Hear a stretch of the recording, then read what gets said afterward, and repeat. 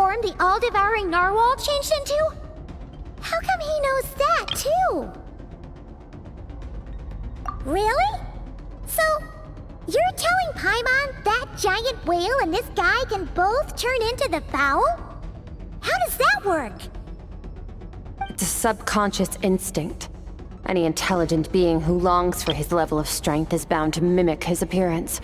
It's a natural response after encountering someone as powerful as Master. To them, he represents ultimate power. We know the person before us has encountered Master, and we know he stole a portion of my power. So it's not surprising that he would assume this form. Okay. Oh, the closer Paimon looks, the more intimidating it gets. Nervalette isn't here this time, so it's up to us. He won't have the nerve to steal again after we're done with him. Let's teach this guy a lesson.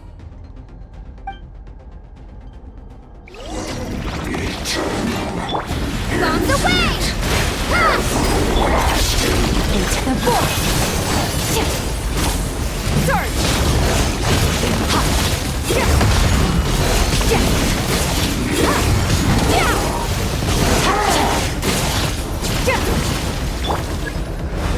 Haven't forgotten your training, I hope.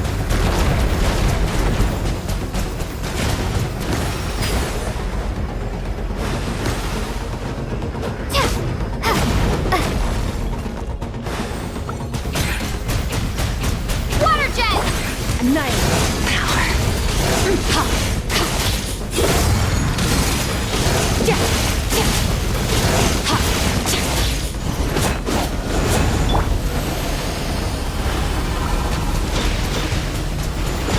Water jet! Mine to wield.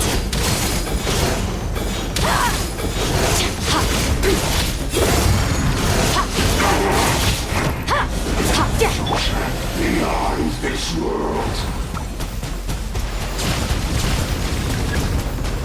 Go!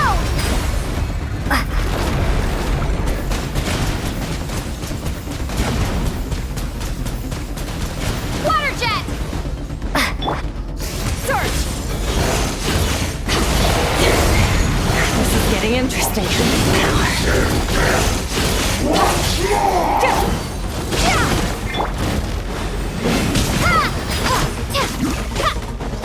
Water jet!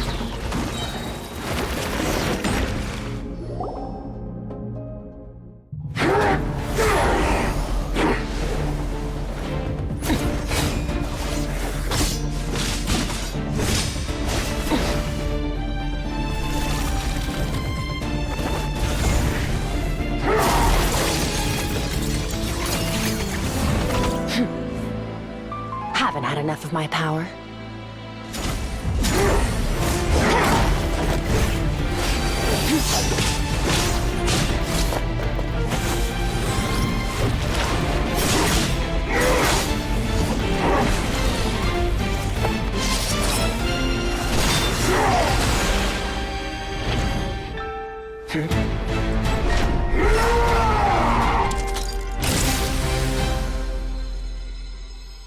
Well then, let's see how much more of this power you can handle.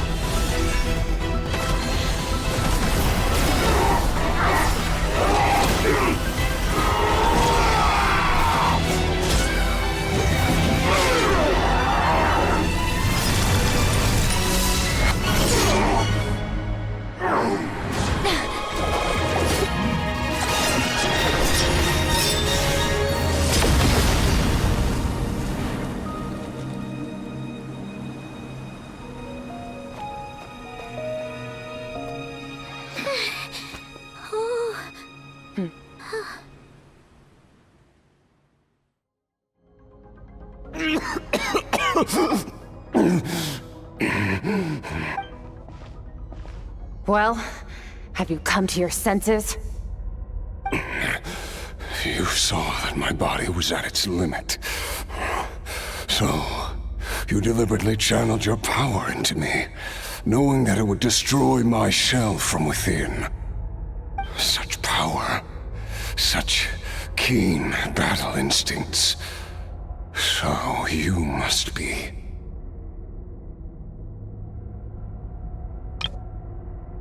Skirk, Sertologi's disciple. How long has it been? How long has he been away from Tevat? Hundreds of years. Hundreds? Sorry, it's a lot to take in. I should introduce myself. I am Skofnungar, a friend of your master and one of his followers. This is the first time I've heard your name, Skirk. But hundreds of years ago, I knew you existed. And I knew you would come here. Hundreds of years ago? Sounds like you and Master have quite the history. Care to tell us about it? Of course.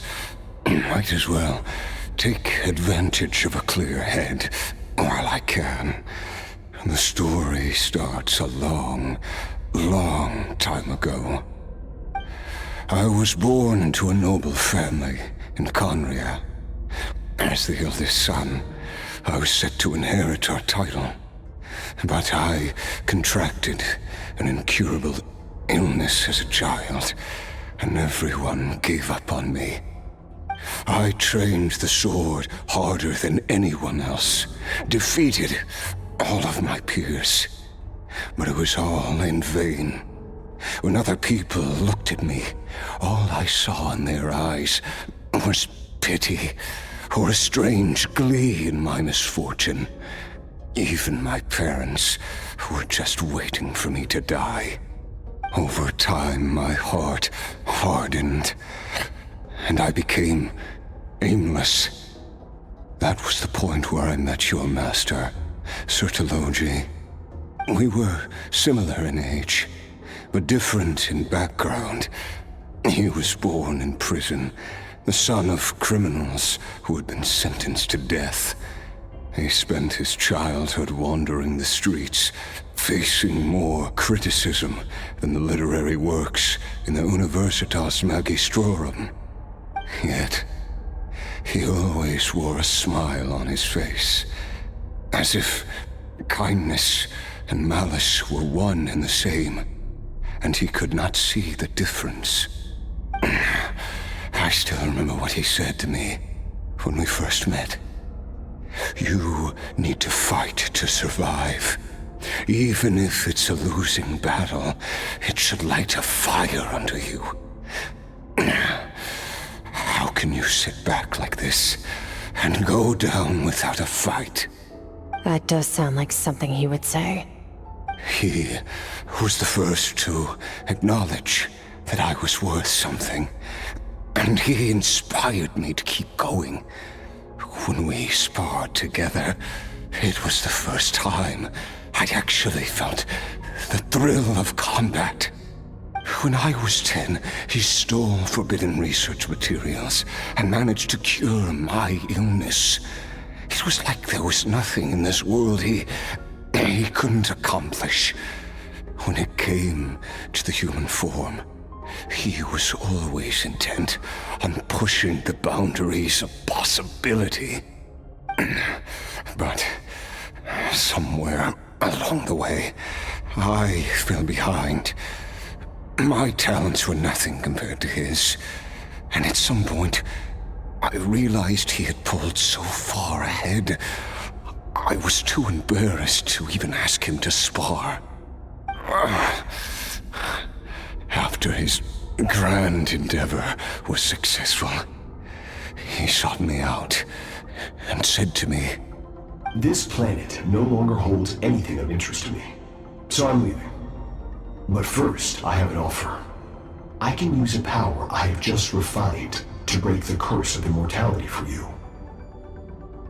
Your death was once what we worked so hard to prevent.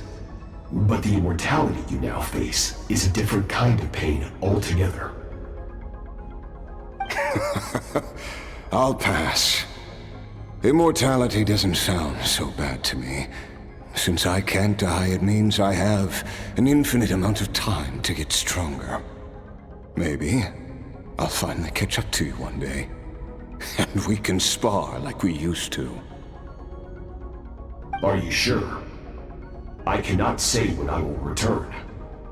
Your body, or rather, your soul, might not be able to withstand this curse. All I can do is try.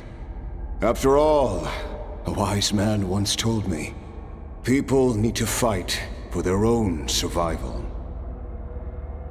Wise indeed. Nevertheless, if you grow weary of the pain of immortality, and wish to experience a good sparring match before you wither away, seek out my disciple. Disciple? Never thought I'd hear that word coming from you. Nor I, but Vedifenir said I was destined to find a disciple out there in the universe, and bring her to Tibet. You know as well as I, Vedifenir's prophecies are never wrong. Well, now I'm curious about who this disciple of yours will be. All Vedifenir said was that one day, the stars shall bow in her honor. Sounds pretty impressive. Of course. Only the most outstanding people would have the right to become my disciple. Still self-assured as ever, I see. But you're not wrong. I'll be leaving then.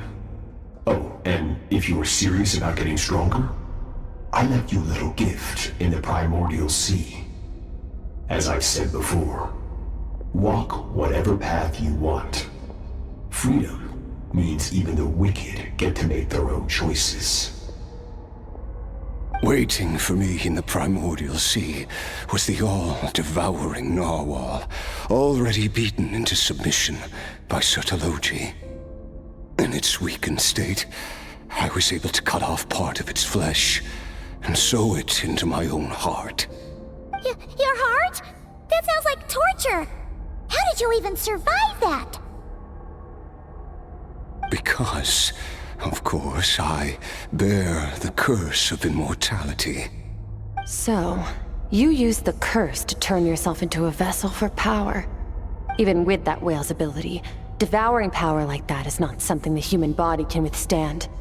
With your body and soul constantly at the breaking point, it was the curse of immortality that sustained you. But that is not the path to strength. You have to pour your heart into it, work for it, dream of it. Instead, you stole something that didn't belong to you, and it backfired. You're right. I should have known better, but I had already pushed myself to my limits, and he was still miles ahead of me. So I had to take a leap of faith. I miss your master. I miss the days when we were all together, troublemakers without a home.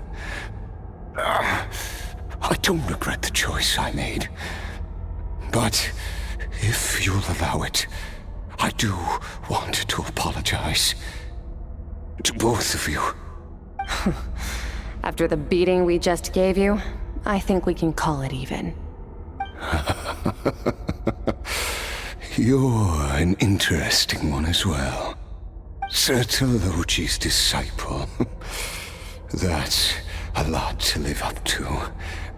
It can't have been an easy experience. I know what he's like. He rules with an iron fist, using despair and fear to force you to catch up to him, all the while standing ever out of reach. We're like mountain climbers in the dark, never knowing how much higher we have to climb, or when we will see the sun again. True. But I made up my mind long ago. No matter how dark it gets, I will not give in to despair. I will overcome it. Besides, after hearing your story, I suspect what Master really wants is not a battle that demands his full strength, but rather a defeat without regrets. Oh? Since you're his friend, You must have some things in common. First time we came here, when you stabbed me through the fog and stole my power, I felt no emotion coming from that spike. But when you had to devote all your strength fighting me just now, I could feel joy and passion emanating from your blade. It was the joy of a researcher discovering the truth of the world, the joy of an artist uncovering a temple of wonders. Interesting. I'm certain I didn't express those emotions outright. Yet you were able to read them from my blade, like a glimpse into my inner world. You're right.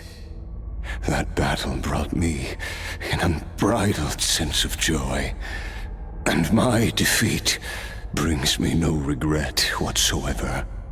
Exactly. I think Master also craves a battle like that. One where his opponent forces him to use all his strength, unlock the extent of his potential, and transcend his own limits. A battle to end all battles. After which, all can come to an end, including, perhaps, his life. For that very reason, good and evil are meaningless to him. He has one purpose, one goal: to complete himself. It's one of the secrets to his strength. Perhaps you're right. Perhaps that is his call. What a battle that would be. Oh, to witness such a...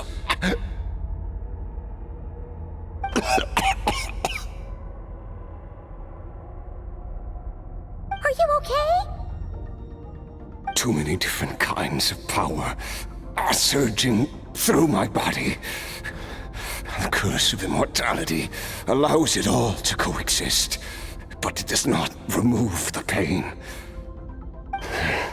I won't be able to hold on to my sanity for much longer. What a shame. I would have loved to witness that battle. Sertologi once offered to free me from this curse. Now, I must ask that of you, Skirk. Can you release me from the pain? I can, but not through death, if that's what you are hoping for. It's not a suitable punishment for your crime.